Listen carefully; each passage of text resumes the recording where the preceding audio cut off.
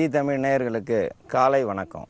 நம்ம இப்போ பார்க்க போகிற மருத்துவம் சிறுநீரகத்தில் கல் இப்போ நிறைய பேருக்கு கல் உடையலை, கல் பெருசாக இருக்குது, அந்த கல் வரலை, அந்த கல்லால் வலி அதிகமாக இருக்குது அப்படின்னு நிறைய பேர் சொல்கிறாங்க. அதில் ஒரு முக்கிய மருந்து நம்ம இந்த கண்ணு பீளைன்னு சொல்லுவோம். இந்த கண்ணு பீளை செடி இது இன்னும் பூ குறைவாக இருக்குது. இது சிறு செடியை கொண்டு வந்திருக்கோம்.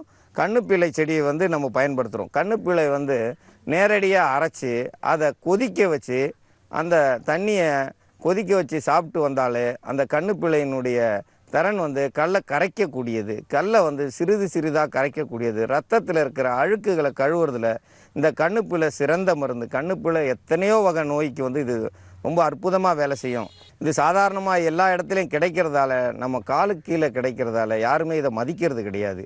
ஏன் மதிக்கிறது இல்லை? ஏன்னா கீழே இருக்குது. நமக்கு நேரடியாக போய் பணத்தை கொடுத்து பெருசாக வாங்கணும், அப்போ தான் இது சரியாகும்னு நினைக்கிறாங்க. இல்லை, உங்கள் காலுக்கு கீழே இருக்கிற துரும்பு கூட பல்குத்த உதவும். பல்குத்த உதவும். ஏன் சிறு துரும்பும் பல்குத்த உதவுன்னு சொல்கிறாங்கன்னா, நம்ம பல்லில் ஏதாவது சிக்கிக்கிருச்சுன்னா அந்த சிக்கலை எடுக்கிறதுக்கு ஒரு சிறு குச்சி போதும். அதே மாதிரி நம் உடலில் உள்ள சிக்கலை வெளியேற்ற நம்ம காலுக்கு கீழே இருக்கிற ஒவ்வொரு தாவரங்களும் ஒவ்வொரு மூலிகைகளும் நமக்கு பயன் கொடுக்க தான் பிறந்திருக்கு. அந்த பயன்களை நம்ம பயன்படுத்திக்கிறணும். நம்ம முன்னோர்கள் செஞ்சது நான் இப்போ செய்யலை, நம்ம முன்னோர்கள் செஞ்சது.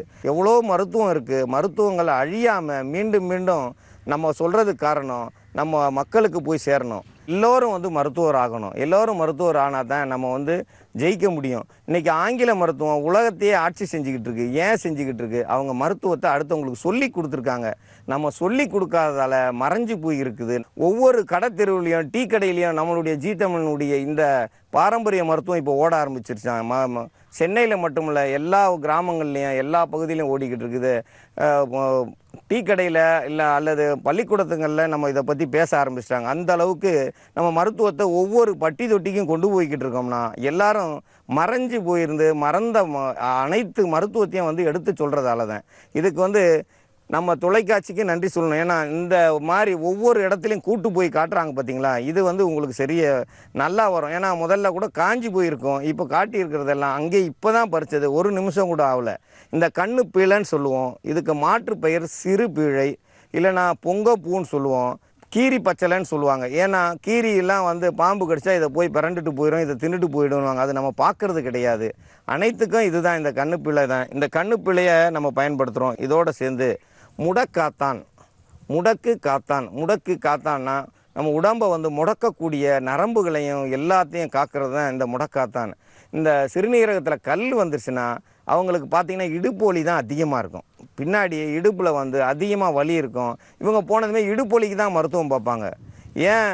உள்ள சிறுநீரகத்தை சுத்தம் பண்ணால் இடுப்பு வலி சரியாயிடும். இது நிறைய பேருக்கு தெரியாது. இந்த முடக்காத்தானை பயன்படுத்தும் போது உள் உறுப்புகளை சுத்தம் செய்கிறதுல இது ஒரு சிறந்த மருந்து. நரம்பு மண்டலங்களை நல்லா பாதுகாக்கக்கூடியது. வயசானவங்களுக்கும் யாருக்கு வேணாலும் இந்த முடக்காத்தானை நம்ம ரசம் வச்சு கொடுக்கலாம். முடக்காத்தானை நேராக பச்சையாகவும் சாப்பிட்லாம். எப்படி சாப்பிட்டாலும் முடக்காத்தான் நல்லதை செய்யக்கூடியது. முடக்கு காத்தான். முடக்குன்னா இடுப்பு, இந்த சிறுநீரகத்தில் கல் இருந்தால் இடுப்பை வளைச்சிரும். இடுப்பு வளைச்சிட்டா இடுப்பு வளைவு அவங்களால நிமிர முடியாது. நிமிர முடியலன்னா அதுக்கு காரணம் சிறுநீரகத்தில் கல் இருக்குதுன்னு அர்த்தம். சிறுநீரகத்தில் இருக்க கல்லை உடைச்சோம்னா அந்த சிறுநீரக கல் வெளியாக வெளியாக நம்ம உடம்புல உள்ள வலிகள் எல்லாம் சரியாகும். சிறுநீரக கல் அதிகமாயிடுச்சுனாலே அடி வயிற்றில் வலி இருக்கும். பின்பக்கம் இடுப்பில் வலி தாங்க முடியாது. இடுப்பில் வலி தாங்க முடியலன்னு இவங்க உடனே போய் ஒரு எக்ஸ்ரே ஒன்று இது எடுத்துகிட்டு வந்துடுவாங்க. புகைப்படம் எடுத்துகிட்டு வந்ததும் அவங்க L4 L5 தான் பாதிப்பு. நீங்கள் 100க்கு 98 பேரை போய் பாருங்கள். L4 L5னா 4வது எலும்பு 5வது எலும்பு இடுப்பு எலும்பில் பாதிப்பாயிருச்சு. ஏன் பாதிப்பாயிருச்சுன்னா சிறுநீரகத்தை சுத்தம் செஞ்சால் அந்த பின்னாடி வலி சரியாயிடும். இந்த வலியோடையே சேர்ந்து அவங்க சைக்கிள் ஓட்டுறது, இது இருசக்கர வாகனம் ஓட்டுறது, இந்த முறையை அவங்க பயன்படுத்துறதால அவங்களுக்கு இடுப்பு வலி அதிகமாகுது. இது நம்ம பிள்ளையார் கண்ணுன்னு சொல்லுவோம். இந்த பிள்ளையார் கண்ணுன்னு சொல்கிறது அதிமதுரத்தோடு சேர்ந்தது, அதிமதுரம்னு சொல்லுவோம். இதுக்கு குன்றுமுத்து இலை, இது கொடியாக ஓடக்கூடியது. இது மலைப்பகுதியில் அதிகமாக இருக்கும், வறட்சியான பகுதியில் அதிகமாக இருக்கும். இது கல்லை கரைக்கக்கூடியது. இந்த இலையை நேராக சாப்பிட்டு நீங்கள் கல்லை எடுத்து சாப்பிட்டீங்கன்னா அந்த கல்லை இது நேரடியாகவே கரைச்சிரும். ஒரு நம்ம அரிசியில் சீனி கல்லுன்னு இருக்குது. சீனி கல்லுன்னா என்ன அர்த்தம்னா அது இனிப்பு கல்லுன்னு அர்த்தம். இனிப்பு கல்லுன்னு ஏன் அதுக்கு பேர் வந்துச்சு? தமிழன் வந்து எந்த ஒரு பேரையும் மறைமுகமாக வைக்க மாட்டான். அந்த கல் எடுத்து கடிச்சிட்டு இந்த இலையை சாப்பிட்டிங்கன்னா அந்த கல் வந்து கல்கண்டா மாறிடும். இதை வந்து ஒரு மாதத்துக்கு ஒரு முறை ஒரு நெல்லிக்காய் அளவுக்கு சாப்பிட்றா சிறுநீரகத்தில் இருக்கிற கல்லை போல் கரைக்கக்கூடியது. வாழைத்தண்டு சாப்பிட்றாங்க. வாழைத்தண்டு சாப்பிடுறது பெரிய தவறு. ஏன் தவறுன்னு சொல்கிறேன்னா, வாழைத்தண்டு முந்தி காலத்தில் சாப்பிட்டாங்கன்னா அன்னைக்கு அரிசியை அரிச்சு போட்டாங்க. அந்த அரிசியில் இருக்கிற கல் வந்து நம்ம வயிற்றுக்குள்ளே போச்சு. அந்த கல் எடுக்கிறதுக்கு வாழைத்தண்டு சாரை அன்றைக்கி வாழைத்தண்டு பொரியல் சாப்பிட்டோம். இன்றைக்கி அந்த கல்லே கிடையாது. அரிசியை நீங்கள் எத்தனை முறை பார்த்தாலும் ஒரு கல் பிறக்க முடியாது. அந்த அளவுக்கு நவீனமய இயந்திரத்தில் விட்டு கல்லில் இருந்து இதில் இருந்து அரிசி மண்ணு கூட இல்லாமல் பிரித்து எடுத்து கொடுத்துட்டாங்க. அதனால் நீங்கள் வந்து அரிசியை அரிக்க வேண்டியதே கிடையாது. இப்போ கல் வர்றதுக்கு காரணம் ரசாயன உரங்கள் போட்டதால் அந்த உரத்தினுடைய தன்மை வந்து நம்ம உடம்புல போய் சிறிதாக ரத்தத்தில் சேர்ந்து அது கல்லாக மாறுது. அந்த கல்லாக மாறுறதை கரைக்கணும்னா நம்ம இது போல் சில மூலிகைகளை சேர்க்கணும். சாதாரண கல்லுக்கு இந்த வாழைத்தண்டை நம்ம முதல்ல சாப்பிட்டோம். இப்போ அந்த வாழைத்தண்டு சாப்பிட வேண்டிய பலனே இதே கிடையாது. வாழைத்தண்டுக்கு வேறு மருத்துவம் இருக்குது. ஆனால் வாழைத்தண்டை இப்போ இதுக்காக வேண்டி சாப்பிடாதீங்க கண்டிப்பாக. இதோடு சேர்த்து நம்ம மிளகு சேர்க்குறோம். இந்த மிளகு ஏன் சேர்க்குறோம் அப்படின்னா, மிளகு சேர்த்தா கல்லை உடைக்கக்கூடியது, உள்ள சளிகளை வந்து வெளியேற்றக்கூடியது. உடம்புல ரத்தங்களில் உள்ள சளிகள் உறைந்து இருந்தால் அந்த உறைந்ததில் போய் ஒட்டிக்கொள்ளும். அந்த உரத்தினுடைய தன்மையை உடைக்கக்கூடியது இந்த மிளகினுடைய தன்மை வந்து நம்ம சொல்கிறோம். இது கேரளாவில் அதிகமாகவும் மலைப்பகுதியில் அதிகமாகவும் கொடிகளில் காய்க்கக்கூடியது. இந்த மிளகை நம்ம பல விதமாக பயன்படுத்துகிறோம். இந்த மிளகில் 10 மிளகு வச்சுருந்தா பகைவனையும் வெல்லக்கூடியது. பகைவன் வீட்லேயும் சாப்பிடலாம். அந்த அளவுக்கு நம்ம வந்து இந்த மிளகை பயன்படுத்துகிறோம். இந்த மிளகை வந்து நமக்கு பகைவன் வந்து நம்ம உள்ள கல். அந்த கல்லை உடைக்கிறதுக்கு இதே மிளகை பயன்படுத்தலாம். வெளியில் இருக்க பகைவன் இல்லை, உள்ளே இருக்கிற பகைவனையும் வெளியேற்ற இந்த மிளகு சிறந்த மருந்து. இந்த குன்றுமுத்து மணின்னு சொல்லியிருக்கோம். இதில் பல நிறங்கள் இருக்குது. இது சிகப்பு கருப்பு இருக்கிற நிறம் மட்டும்தான் நம்ம வந்து பயன்படுத்தணும்னு இல்லை. அது வெள்ளை நிறம் இருக்குது, பச்சை நிறம் இருக்குது, மஞ்சள் நிறம் இருக்குது, கருப்பு நிறம் இருக்குது, அந்த ரோஜாப்பூ கலரில் இருக்குது. எல்லா நிறத்தில் இருக்கிற எல்லா வகையான குன்றின் மணி இலையும் இந்த கொடி வந்து நல்லதை செய்யக்கூடியது. உடலில் உள்ள உறுப்புகளை சுத்தம் செய்யக்கூடியது. கிட்னி அதான் சிறுநீரகத்தை வந்து சுத்தம் செய்யும். சிறுநீரகத்தை சுத்தம் செய்கிற மருந்தை இப்போ நம்ம தயாரிக்கிறோம். இந்த கண்ணுப்பிள்ளையை வந்து நம்ம பறிச்சிக்கிறணும். கண்ணுப்பிள்ளையினுடைய இலை பூ எல்லாத்தையும் ஒன்று போல் எடுத்துக்கிறணும். இந்த முடக்காத்தான் அதே போல் இலையை மட்டும் எடுத்துக்கிட்டாலே போதும். ஏன்னா கொடியெல்லாம் நம்ம வந்து அரைக்க முடியாது. கொடியை வந்து சூப்பாக வச்சு சாப்பிடலாம். நம்ம பச்சையாக சாப்பிட்றத இது வந்து கிராமப்புறங்களில் வந்து போய்கிட்டு இருக்கும்போதே நமக்கு வலி இருக்குதுன்னா அவங்க போய் காய்ச்சிக்கிட்டு இருக்க மாட்டாங்க.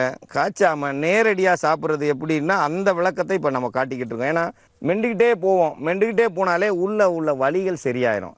அடி வயிற்றில் உள்ள வலியும் இடுப்பில் உள்ள வலியும் சரியாகணும்னா இதுதான் நல்ல ஒரு இது. அதனால் நேரடியாக பச்சையாக எப்படி நம்ம இதை பயன்படுத்துறது, கஷாயமாக எப்படி பயன்படுத்தி நம்ம வலியை போக்குறது, அந்த வலியை போக்குனா தான் நம்ம வந்து இது பண்ண முடியும். வீட்டில் போய் பொம்பளையாள்கிட்ட கேட்டு அவங்கள வந்து நம்ம தொந்தரவு பண்ணி அதை காய்ச்சுமா இதை காய்ச்சுமானா அவங்களுக்கு வேலை அதிகம்.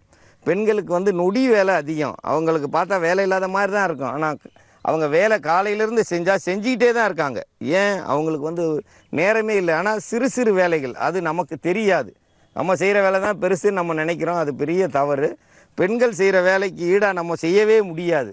அவங்க அந்த அளவுக்கு செய்கிறாங்க. அதனால் இதெல்லாம் நம்மளே தயாரிச்சுக்கிறணும்.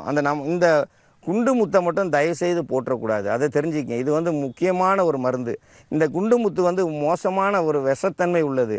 இதனுடைய இலை வந்து நல்லதை செய்யும். இந்த குண்டு முத்து வந்து கடுமையான மருத்துவம். ஆனால் உயிர் போகக்கூடிய அளவுக்கு இதில் வந்து விஷத்தன்மை இருக்குது. அதனால் குண்டு முத்தை தயவுசெய்து எக்காரணத்தை கொண்டும் இதோடு சேர்த்து அரைச்சிடக்கூடாது. அதனால தான் இதை தனியாக எடுத்திருக்கேன். இதை வந்து யாரும் ஏன்னா புதுசாக இருக்கிறவங்க இதெல்லாம் சேர்த்து அரைச்சி சாப்பிட்டா உடலுக்கு நல்லதுன்னு தப்பான இதில் பண்ணிடக்கூடாது. எந்த மருத்துவம் ஒரு துளி தவறு வந்தாலும் அனைத்து மருத்துவமும் தவறுன்ற ஒரு எண்ணம் வந்துடும். ஏன்னா இது உலகம் முழுவதும் பார்த்துக்கிட்டு இருக்காங்க. ஆனால் இந்த ஒரு சிறு தவறை செஞ்சிடாதீங்க. இந்த குண்டு முத்து அந்த முத்தை வந்து அதை கீழே போட்டுறது நல்லது. இது வந்து நமக்கு தேவையில்லாதது. அதனால் இதனுடைய இலைகளை நம்ம நேரடியாகவும் சாப்பிடலாம். இந்த மாதிரி இலையை உருவி அரைச்சி எடுத்தோம்னா நம்ம உடலில் உள்ள கல்லை வந்து கரையக்கூடியது. இது மாதம் ஒரு முறை செஞ்சோம்னா நம்ம உடம்புல கல்லே இருக்காது. ஆனால் கல் இருக்கிறவங்களுக்கு இது ஒரு நாளைக்கு 3 முறை கொடுக்கணும். 3 முறை கொடுத்தோம்னா அவங்களுடைய கல் வந்து கரையக்கூடியது. ஒரு வாரத்துக்குள்ளே அந்த கல் முழுவதும் கரைஞ்சி வெளியில் வந்துடும். இந்த கல் முழுவதும் கரைஞ்சி வெளியில் வரும்போது அவங்களுக்குள்ள வலிகள் அனைத்தும் போயிடும்.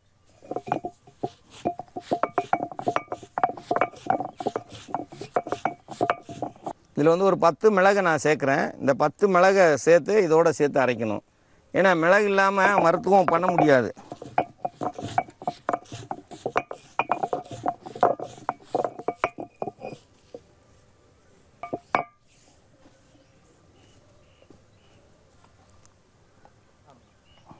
இந்த மருந்து அரைச்சிருக்கோம். இதை வந்து தண்ணியை விட்டு லேசாக கரைச்சி எடுக்கணும்.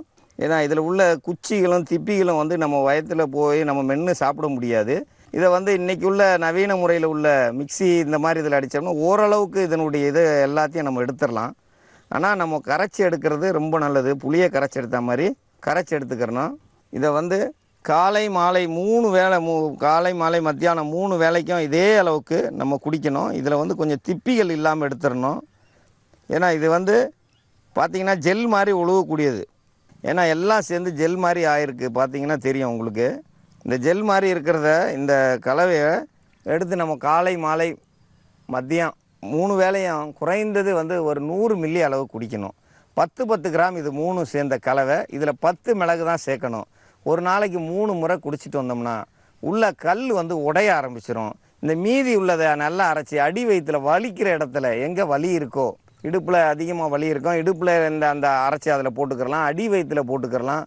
இந்த மாதிரி போட்டு வந்தோம்னா குறைந்தது 3லேருந்து 7 நாள், ரொம்ப அதிக வலி இருந்தால் 7 நாள் சாப்பிட்லாம். 7 நாள் சாப்பிடும்போது கல் வந்து உடஞ்சி வெளியில் வந்துடும். இது உடஞ்சி வெளியில் வர்றதுக்கு காரணம் அது வந்து இந்த மருந்துகள் சேர்ந்த கலவைகள் வந்து எல்லாமே சேர்ந்து உடைக்கக்கூடியது. இதை காய்ச்ச வேண்டியது கிடையாது. இது வேறு எந்த இதுவும் சேர்க்கலாம். நமக்கு தேவைன்னா வெல்லம் எடுத்துக்கலாம், பனை வெல்லம் சேர்த்துக்கலாம். இது நல்லா ருசியாக தான் இருக்கும். ஒன்றும் அந்த அளவுக்கு மோசமாக இருக்காது. அந்த நல்ல நம்ம வலியை தாங்கணும்னா கண்டிப்பாக இதே மாதிரி தான் குடிக்கணும். இதை குடித்தோம்னா சிறுநீரகத்தை வந்து பாதுகாக்கும். சிறுநீரகத்தில் ஒட்டி இருக்கிற உப்புக்களை வந்து கழுவிட்டு வரும். உப்புகளை கழுவிட்டு வந்துச்சுன்னா அந்த கல்கள் வந்து உடைஞ்சிரும். கல் உடையும் போது எவ்வளவு மோசமான வலியாக இருந்தாலும் சரியாயிரும். உடைய அவங்களுக்கு வந்து இடுப்பு வந்து வலி தன்னால் குறையும். அந்த அவங்க சொன்ன 3வது எலும்பு 4 5வது எலும்பு இந்த 3 இடத்துலையும் வந்து உள்ள வலிகள் வந்து சரியாகும். அப்போ அந்த 4 5 இந்த L4 L5ல் இருக்கிற எலும்பு வந்து மஜ்ஜு வந்து சரியாயிடும். ஏன் சரியாகுதுன்னா இங்கே அடி வயிற்றில் இருக்கிற வலி சரியானா பின்னாடி சரியாயிடும். எப்படி நம்ம சரி சில பேர் சொல்லுவாங்க முதுகில் குத்துனா வாயில் ரத்தம் வந்துருச்சுன்னுவாங்க. எப்படி முதுகில் குத்துனா வாயில் ரத்தம் வரும்? ஒன்றுமே கிடையாது. வயிற்றுக்குள்ளே புண்ணு இருந்தால் வாய்க்குள்ளே ரத்தம் வரும். இது நிறைய பேருக்கு தெரியாது. வயிற்றுக்குள்ளே புண்ணு இருந்தால் தான் வாய்க்குள்ளே ரத்தம் வரும். அதே மாதிரி நம்ம ஒரு மருந்தை சாப்பிட்டாலும் அடி வயிற்றில் இருக்கிற வலியை சரியாக்குனா முதுகு வலி சரியாயிடும். ஒன்றுக்கு ஒன்று தொடர்பு இருக்குது. ஒன்றுக்கு ஒன்று தொடர்பு இருக்கிறதால நம்ம வலிகளை வந்து போக்கக்கூடியது. இந்த கல் வெளியாகிறத வெள்ளை துணி வச்சு அதில் தினந்தோறும் சிறுநீர் கழித்து பார்த்தாங்கன்னா அதில் மணல் போல் வந்து அது ஒரு சாம்பல் நிறமாகவும் ஒரு காப்பித்தூள் கலரில் வந்து அந்த துணியில் படிஞ்சிருக்கும். காப்பித்தூள் கலரில் படிஞ்சாலே அது கல் கிடையாது, ரசாயன உரங்கள். ரசாயன உரங்கள் நம்ம உடம்புல ஒட்டி இருக்குன்னு அர்த்தம். இந்த ரசாயன உரங்களை வெளியேற்றணும். சரி, அவங்க கல் இருக்கிறவங்க தான் குடிக்கலாம், கல் இல்லாதவங்க நாங்கள் என்ன செய்யறதுன்னு என்ன கேள்வி கேட்குறாங்க. தவறே கிடையாது. இது மாதம் ஒரு முறை குடிக்கலாம், யார் வேணாலும் குடிக்கலாம். நான் சொல்கிற ஒவ்வொரு மருத்துவமும் ஒவ்வொருத்தரும் பயன்படுத்தலாம், தினமும் பயன்படுத்த வேணாம். கல் இருக்கிறவங்க மட்டும் ஒரு 3 நாளைக்கு பயன்படுத்துங்க. அதுலேயும் வலி குறையலைன்னா 7 நாளைக்கு பயன்படுத்துங்க. 7 நாளைக்கு 3 வேளையும் குறைந்தது 100 மில்லி அளவுக்கு குடித்தா போதும். எல்லாத்தையும் ஒரு 10 கிராம் அளவுக்கு எடுத்துக்கிறணும். 10 கிராம் எடுக்கும்போது அவங்க உடலில் உள்ள உபாதைகள் சரியாகும். சிறுநீரகத்தில் உள்ள கல் கரைய ஆரம்பிச்சிடும், கல் உடைய ஆரம்பிச்சிடும். கரையிறதுன்னா அது எப்படியாப்பட்ட கல்லாக இருந்தாலும் உடையும் பொழுது அவங்களுக்கு உடல் வந்து பாதிப்பு இல்லாமல் நல்லாயிருக்கும். வலிகள் குறையும். வலிகள் குறைய குறைய அவங்களுடைய இடுப்பு வலி சரியாகும். அந்த கல் வெளியேறும் பொழுது அவங்களுக்கு ஒரு சுகமான ஒரு இது இருக்கும். அவங்க சொல்லுவாங்க சிறுநீர் கழிக்கும் போது துன்பம்னு சொல்லுவோம். அந்த சிறுநீரில் வந்து கழிக்கிறதுலே இன்பம் எப்போன்னா அந்த கல்கள் உடைந்து வந்து எரிச்சல் இல்லாமல் இருந்துச்சுன்னா நீங்கள் ஒரு 10 இளநீ குடிச்சிட்டு சிறுநீர் கழிச்சு பாருங்கள், சுகமாக இருக்கும். ஏன் சுகமாக இருக்குன்னா அந்த இளநீ குடிச்சு நம்ம உள்ளே வந்து போய் நம்ம உடல் சூட்டை பூரா வெளியேற்றி அந்த சிறுநீர் கழிக்கும் போது சுகமாக வெளியேறும். அந்த சுகமாக வெளியேற்றணும்னா இந்த மருந்தை தான் பயன்படுத்தணும். அந்த கல் இருக்கிறவங்களுக்கு அவ்வளோ சீக்கிரம் சுகமாக இருக்காது. ஏன்னா எரிச்சலாக இருக்கும், எரிச்சல் இல்லாமல் கடுகடுப்பு இருக்கும், சொட்டாக வடியும். ஏன்னா கல் வந்து இருக்கிறதால சொட்டாக வடிஞ்சு அவங்க உடல் வந்து ரொம்ப பாதிப்பு ஏற்படுத்தும். அவங்க வலி வந்து தாங்க முடியாத சூழ்நிலையில் அவங்களுடைய உள் உறுப்புகளை காப்பாற்றுறதுக்கு இந்த சிறுநீர் பாதையில் முடக்காத்தான் இலையை வந்து நம்ம பயன்படுத்துகிறோம். முடக்காத்தான் மட்டுமல்ல, அந்த கண்ணுப்பிழையை பயன்படுத்துகிறோம். கண்ணுப்பிழை மட்டுமல்லாது குண்டுமுத்து இலைன்னு சொல்லுவோம். குண்டுமுத்து இலை, இது பிள்ளையார் கண்ணு இலைன்னு சொல்லுவாங்க. பிள்ளையார் கண்ணு இருக்குதுன்னு சொல்லுவாங்க. பிள்ளையார் கண்ணுன்னு சொல்கிறத விட குன்றுமுத்து தான் அதுக்கு பேர். குன்றுமணி அது எந்த நிறமாக இருந்தாலும் பரவாயில்ல, குன்றுமணி வந்து இந்த நிறம்தான் தேவை, இந்த நிறம் வந்து உதவாதுன்னு எந்த ஒரு செடியும் ஒதுக்காதீங்க.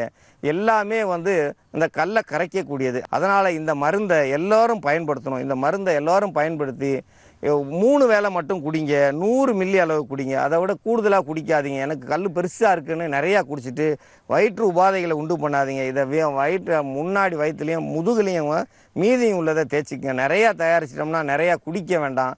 அதுவே வந்து தவறாகும். அளவுக்கு மிஞ்சினா அமிர்தமும் நஞ்சு. அதேமாரி மருந்தும் அளவுக்கு கூடி போச்சுன்னா நஞ்சாயிடும். அதனால் இந்த முறையை எல்லாரும் பயன்படுத்த வேண்டும் என்று கேட்டுக்கொள்கிறேன். வணக்கம். நமது நிலையத்திற்கு வந்த கடிதத்தில் சப்னா என்னும் பெண் சேலத்திலிருந்து எழுதியிருக்கிறாங்க. அவங்களுக்கு முகத்தில் காது ஓரத்தில் எல்லாம் வந்து அரிப்பு வருதான். இந்த அரிப்பு வந்து குழந்தை பிறக்கிறதுக்கு முன்னாடி இருக்குதான். கர்ப்பமாக இருக்கிற காலத்தில் அரிப்பு இருக்கான். குழந்தை பிறந்ததுக்கப்புறம் அந்த அரிப்பு போயிடுதான். திருப்பி வந்து இதே மாதிரி மீண்டும் மீண்டும் ஒரு குழந்தைக்கும் வருதுன்னு சொல்லி அவங்க கடிதம் எழுதியிருக்காங்க. அவங்களுக்கு அரிப்பு வருதுன்னா அவங்க வந்து கர்ப்பப்பை வந்து சுத்தம் இல்லைன்னு அர்த்தம். கர்ப்பப்பை வந்து சுத்தமாக இருக்கணும். அப்போ தான் வந்து இந்த அரிப்பு வராது. இவங்க வந்து முதல்ல வந்து கருத்தரிக்கிறதுக்கு முன்னாடி கர்ப்பப்பையை வந்து சுத்தம் பண்ணுறது எப்படின்னா, நம்ம சாப்பிட வேண்டிய உணவில் நிறைய வந்து ஆர்கானிக் ரைஸ் எடுக்கணும். அந்த ஆர்கானிக் ரைஸ் எடுத்தால் தான் அந்த உப்புத்தன்மை குறைவாக இருக்கும். அந்த உப்புத்தன்மை இருந்தால் கர்ப்பப்பை வாயில் போய் சேரும். சிலர் வந்து கருத்தரிக்கும் பொழுதே வந்து நிறைய வந்து கறி மீன் சாப்பிட்றாங்க. கறி மீன் சாப்பிட்றத கண்டிப்பாக குறைச்சிக்கிறணும். மீன் கறி அந்த முட்டை இதெல்லாம் வந்து குறைக்கலைன்னா அதில் வந்து அதிக அளவு இன்றைக்கி உப்புக்கள். ஏன்னா இன்றைக்கி இருக்கிற கறிக்கோழி கறியும் முட்டைக்கும் வந்து சாதாரணமாக இல்லை. அதெல்லாம் வந்து 1 வருஷம் வளர வேண்டியதை 40 நாளில் வளர்க்குறாங்க. அந்த அளவுக்கு அதில் உப்புத்தன்மை இருக்குது. அந்த உப்பெல்லாம் சேர்ந்து நம்ம உடம்புக்குள்ளே தான் போயிடும். அந்த உடம்பு வந்து எங்கே காட்டும்னா, வெளியேற்ற முடியலன்னா முகத்தில் வரும். முகத்தில் இல்லைன்னா கீழே போயிடும், அடிவயிறு இல்லைன்னா சிறுநீர் கழிக்கிற இடத்துல எல்லா இடத்துலையும் போய் அரிப்புகளை உண்டு பண்ணி நம்ம சும்மா எங்கேயுமே போக முடியாது. முகத்தில் இருந்தால் இப்படி சொரிஞ்சிட்டு இருப்போம். உடலுக்கு கீழ்பாகம் இருந்தால் நம்ம போகிற இடத்துல அதை சொரியவும் முடியாது, அதை சும்மாவும் இருக்க முடியாது. அப்போது வந்து நமக்கு வந்து தர்ம சங்கடம் ஆகிடும். அப்போ வெளி இடங்களுக்கு நம்ம போக முடியாது. அந்த அளவுக்கு அரிப்பு ஏற்படும். இந்த அரிப்புக்கு வந்து முக்கியமான மருந்து செந்தட்டின்னு சொல்லுவோம். செந்தட்டினா அந்த செடியை தொட்டாலே அரிக்கும். தொட்டாலே அரிக்கிற செடியை வச்சு என்ன மருந்து செய்வாங்கன்னா, ஒரு முள் குத்துச்சுன்னா இன்னொரு பெரிய முள்ளை வச்சு தான் நம்ம எடுக்க முடியும். அதே மாதிரி தான் அந்த செந்தட்டியை நம்ம கையில் வந்து ஒரு துணியை சுற்றிட்டு மெதுவாக போய் பிச்சு எடுத்து அதில் ஒரு மாத்திரை அளவுக்கு அரைச்சி தினமும் ஒரு பட்டாணி அளவுக்கு சாப்பிட்டு தண்ணியை குடிச்சிட்டு வந்தோம்னா இந்த அரிப்புகள் வந்து சரியாகும். அந்த அரிப்புக்கு அதை சொல்கிறோம்னா, அரிப்புக்கு அரிப்பு தான் சரி பண்ணும். எங்கேயும் ஒரு குழியில் பள்ளத்தில் தண்ணி இருந்தால் அந்த தண்ணியை எடுக்கணும்னா ஒரு வாளி தண்ணியை ஊற்றினோம்னா அங்கே இருக்கிற தண்ணியை சேர்த்து கொண்டு போயிடும். பழைய தண்ணியை புது தண்ணி வந்து கொண்டு போயிடுவாங்க. அதே மாதிரி இந்த அரிப்பை வந்து அரிப்புக்கு உண்டான அந்த செந்தட்டினா சில ஊரில் வந்து அதுக்கு வந்து காஞ்சூர்னு சொல்கிறாங்க. காஞ்சூர்னா அந்த செந்தட்டி தான். அந்த செந்தட்டியை தொடாமல் இது பண்ணணும். இப்போ முள்ளை அரைச்சி சாப்பிடுன்னு சொன்னால் முள்ளை யாராவது சாப்பிட முடியுமா? ஏன் இப்போ சாப்பிட்றாங்களே, நெறிஞ்சு முள்ளை அரைச்சி பவுடரை அரைச்சி சாப்பிட்றாங்க. அதே மாதிரி தான் இந்த அரிக்கக்கூடிய செந்தட்டியை நம்ம துணி கையில் சுற்றிட்டு தான் பறிக்கணும். நேரடியாக பறித்தோம்னா கையெல்லாம் வீங்கிரும். அதை பிச்சு எடுத்து அரைச்சி அதுக்கப்புறம் ஒரு பட்டாணி அளவுக்கு தண்ணியில் கலந்து குடிச்சிட்டு வந்தோம்னா அந்த அரிப்புகள் சரியாகும். அரிப்பு சரியாகணும்னா மலச்சிக்கல் இருக்கும். அவங்களுக்கு மலச்சிக்கலை முதல்ல போக்கணும். கர்ப்பமாக இருக்கிற காலத்தில் மலச்சிக்கல் அதிகமாக இருந்துச்சுன்னா அவங்க இயற்கை முறையில் கொய்யாப்பழம், வாழைப்பழம் அல்லது நாட்டுப்பழம் இவைகளை வந்து சாப்பிடணும். இதை சாப்பிட்டாங்கன்னா அந்த மலச்சிக்கல் இருக்காது. கூழ் வந்து இந்த கம்மங்கூழ், சோளக்கூழ் சாப்பிடணும். கேழ்வரகு கூழ் சாப்பிட்டா மலம் போகாது. அதனால் சோளக்கூழ், கம்மங்கூழ் சாப்பிட்டா மலம் வந்து சீக்கிரமாக வெளியாகும். மலம் சீக்கிரம் வெளியானால் இந்த முகத்தில் அரிப்புகள் வராது. மலச்சிக்கல் கண்டிப்பாக இருக்கும். மலச்சிக்கல் இருக்கிறவங்க வந்து மலச்சிக்கலை போக்குனா தான் அரிப்புகள் போகும். யாருக்கு வந்து அரிப்பு இருக்கோ அவங்களுக்கு கண்டிப்பாக வந்து மலச்சிக்கல் இருக்கும். மலச்சிக்கலை வந்து சரி செய்ய தான் அந்த அரிப்புகள் சரியாகும். அரிப்பு சரியாகாமல் நம்ம எதுவும் செய்ய முடியாது. நம்ம சாப்பாட்டில் போடுற உப்பை அளவாக குறைக்கலாம். ஆனால் நம்ம விவசாயத்துக்கு போடுற உப்பை யாருமே நம்ம தடுக்க முடியாது. அது விவசாயிகள் தான் இது பண்ணணும். இந்த விவசாயிகள் வந்து உப்பை போட்டு அவங்களும் கெட்டு போயிடுறாங்க. நமக்கும் வந்து நிறைய பாதிப்பு வருது. அவங்கள நான் குறை சொல்லலை. அவங்களுக்கு அறியாமையே அவங்க கையில் கொண்டு போய் இப்போ உப்பை கொடுத்துட்டாங்க. அந்த இன்னைக்கு உப்பை பிடுங்கினாலும் அவங்களுக்கு வந்து பெரிய பாதிப்பாகுது. ஆனால் அந்த இயற்கையினுடைய தன்மை அவங்க தெரிஞ்சதுக்கப்புறம் நிறைய விவசாயிகள் மாறி இருக்காங்க. நிறைய விவசாயிகள் மாறினதால் நம்ம மக்கள் வந்து இனி தேடி போய் உணவுகளை, அரிசிகளை வாங்கி சாப்பிட்டா தான் அந்த அரிப்பு வராமல் இருக்கும்.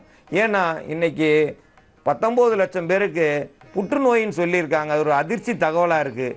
ஏன்னா இந்த அளவுக்கு வருதுன்னா அத்தனையும் வந்து அந்த அரிசி பருப்பில் தான் வருது. இந்த ரசாயன உரங்களை நம்ம சாப்பிடாமல் இருந்தோம்னா தான் உடலை காப்பாற்ற முடியும். நம்ம பாரம்பரிய முன்னோர்கள் என்ன செஞ்சாங்க, வேப்பலையை நல்லா அரைச்சி ஒரு தண்ணியில் வச்சுட்டு வேப்பலையை எடுத்து தெளிச்சிக்கிட்டே போனாங்க நிலத்தை சுற்றி. அப்போ வந்து எந்த நன்மை செய்யும் பூச்சிகளும் சாகலை, தீமை செய்யும் பூச்சிகளுக்கு வந்து பட்னி கிடந்துச்சு. பட்னி கிடக்கவும் ஒரு 2 நாள் 3 நாள் பட்னி இருக்கும்போது நன்மை செய்கிற பூச்சி போய் அதை பிடிச்சி சாப்பிட்டுச்சு. அப்போ வந்து நமக்கு இயற்கையாகவே நல்லது நடந்துச்சு. இன்றைக்கி எல்லாமே மருந்தடிச்சு நமக்கு நன்மை செய்கிற பூச்சிகளை கொண்டுறோம், தீமை செய்கிற பூச்சிகளை விட்டுறோம். அதனால் உணவு பழக்கம் கெட்டு போயிடுது. அந்த உணவு பழக்கம் நல்ல உணவுகளை சாப்பிட்டோம்னா உடலில் வந்து அரிப்பு ஏற்படாது. அதுக்கு இதுதான் மருந்து. இந்த செந்தட்டியை அரைச்சி ஒரு பட்டாணி அளவுக்கு சாப்பிட்டு வந்தீங்கன்னா உடல் அரிப்பு, முகத்தில் இருக்க அரிப்பு எல்லாமே சரி வரும். இந்த மருந்தை பயன்படுத்தி எல்லாரும் பயன்பெற வேண்டும் என்று கேட்டுக்கொள்கிறேன்.